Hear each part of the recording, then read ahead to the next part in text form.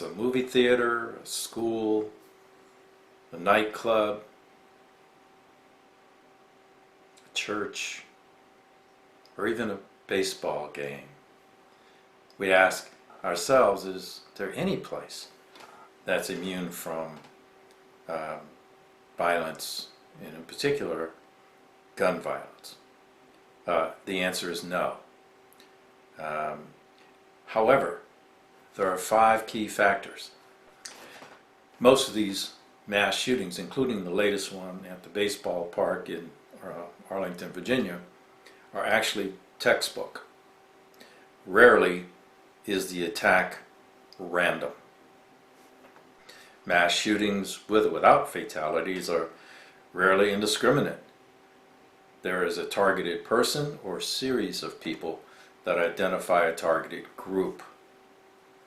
But there are 5 factors that identify a potential mass shooter or someone who's going to do a mass attack. And I'll go through those 5 things. Now, I'm going to go through these 5 items not necessarily in an order of importance, but in the order that I have them kind of listed here. Number 1 is that for the person there is a history of failure and disappointment in their life over an extended period of time. We're not talking about a recent breakup with a girlfriend or something. We're talking about occurrences and incidences and events in their life that have taken place over a period of time.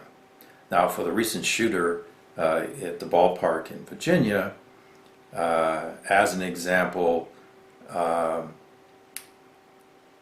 he didn't finish his education. His business license was allowed to lapse. He had significant personal tragedy in his life, including the loss of a foster child via suicide, and he personally had a record of repeated arrests for various crimes, and many of them dealing with some kind of aggression and violence. Usually for a person like this, at this stage, life is no longer seen as worth living, and in many cases, suicide by cop is considered, and they want to take as many people with them and have as many people feel their pain as they can before they die. The second item, I'm going to say it's not my fault. It's not their fault. It's always someone else, some external thing, person, whatever, that's to blame for their condition or for the thing that they have anger about. They rarely take responsibility for their own failures in life, but others are responsible.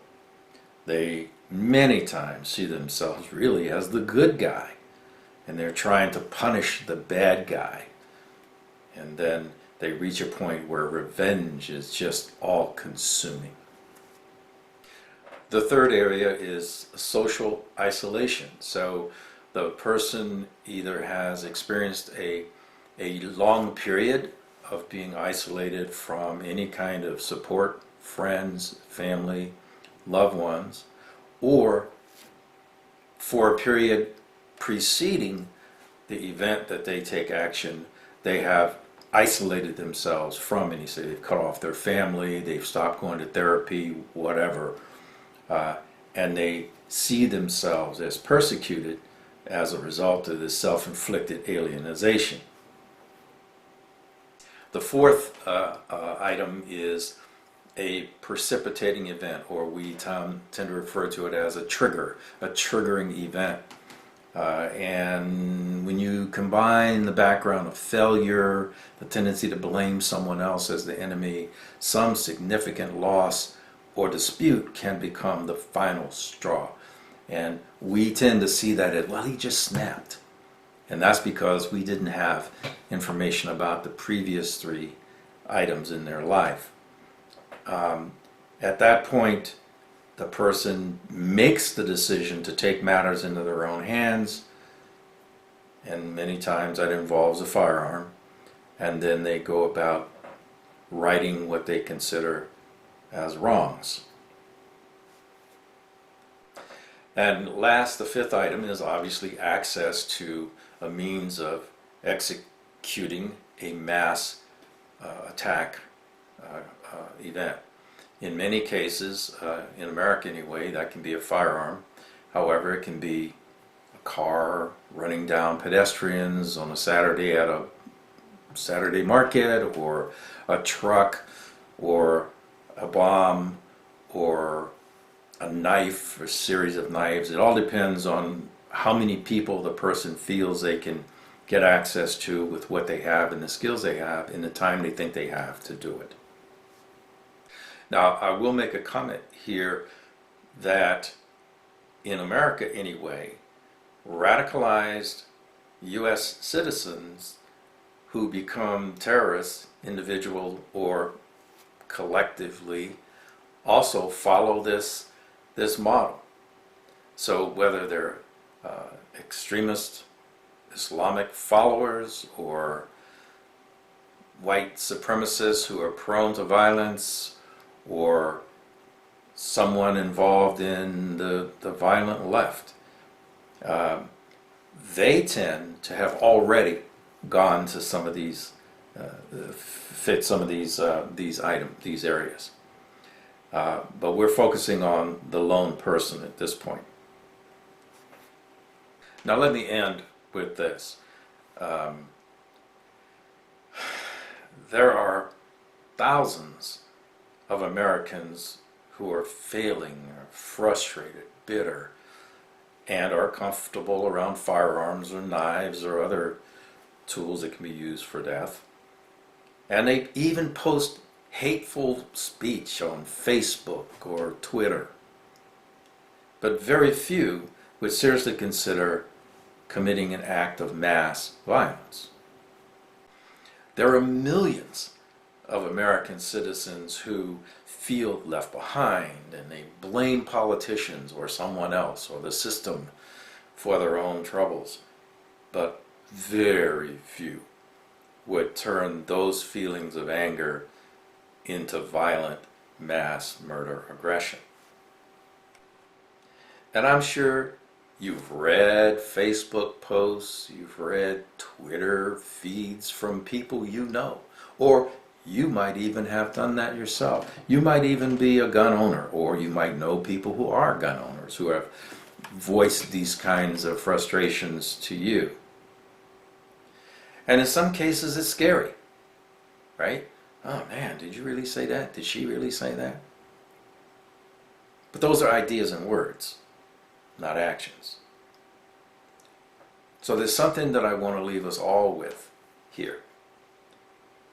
In our society, there is generally, almost never, anything illegal about carrying a gun, open or concealed, or a knife, or speaking out about anything in the strongest of terms that may or may not offend someone else. Those are not reasons to point to that particular person and say, aha, we need to do something with them because they are the next mass shooter, mass murderer. In America, we have personal freedoms that we cherish above all things. And in this country, what comes with that is a price. And sadly, sometimes that price is a painful one. Another way of saying that is, because we have the country we have, and the laws that we have, and the culture that we have, there will be these kinds of events. They are not preventable. You cannot go out and do minority report type law like what's being considered in the UK after the most recent terrorist attack over there, where they're considering removing civil liberties. I mean, the Prime Minister said, if civil liberty laws get in the way of us doing what we have to do, then we'll change the law. This is America. You don't do that. So, your comments are welcome, your thoughts are always welcome, and as always, thanks for watching. Carry on.